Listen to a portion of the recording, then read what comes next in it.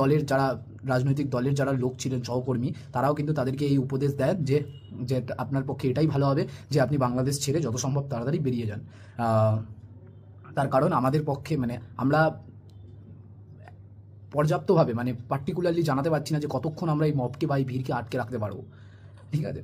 তো এরকম সিচুয়েশানে এতদ অবস্থায় ঠিক বেলা 1:30 নাগাদ ভারতের ডিফেন্স মিনিস্ট্রি থেকে একটা কল যায়।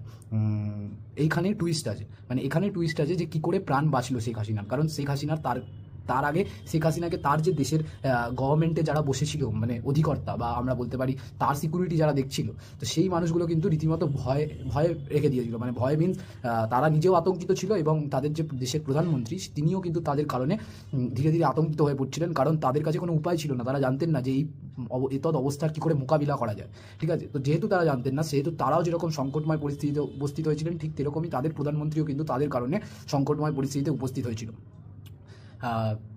কারণ প্রধানমন্ত্রীর সিকিউরিটি দেখা তার প্রধানমন্ত্রীর যেসব নিজস্ব লোক আছে বা যে সিক্রেট এজেন্সি আছে তাদের কাজ হয়। এবার এইটাকে দেখতে যদি বাইরের দেশকে ইন্টারফেয়ারেন্স করতে হয় বা হস্তক্ষেপ করতে হয়, তাহলে বুঝতেই পারা যায় যে দেশের আন্তর্জাতিক বলছি দেশের ইন্টারনাল বা ইন্টারিম সিকিউরিটি পারপাসটা কীরকম আছে বা সিকিউরিটির লোকেরা কতটা তৎপর বা কতটা রেসপন্সিবল। একদমই রেসপন্সিবল নয়। তাই জন্যই তো বাংলাদেশ পৃথিবীর 54 নম্বর না 52 নম্বর কান্ট্রিতে আসে, এমনি আসে। যেমন ওরা সেনার দিক থেকে পিছিয়ে, সেরকম সিক্রেট এজেন্সি বা ইনফরমেশনের দিক থেকেও কিন্তু ততটাই পিছিয়ে। তো সেই কারণে কিন্তু ওদের কাছে ওদের সেনাকর্তা বা ওদের যারা সেনা প্রধান আছে তাদের কাছে কিন্তু লাইভ ভিজুয়ালস ছিল, বাট তারা আন্দাজা লাগাতে পারছিল না যে জিনিসটা কত ভয়াবহ হতে পারে বা কত মারাত্মক হতে পারে তাদের একজন প্রধানমন্ত্রীর জন্য, যে অলরেডি তাদের দেশের প্রধানমন্ত্রী রয়েছে বা কিছুদিন আগেই ভোটে জিতে প্রধানমন্ত্রী হয়েছে তার জন্য।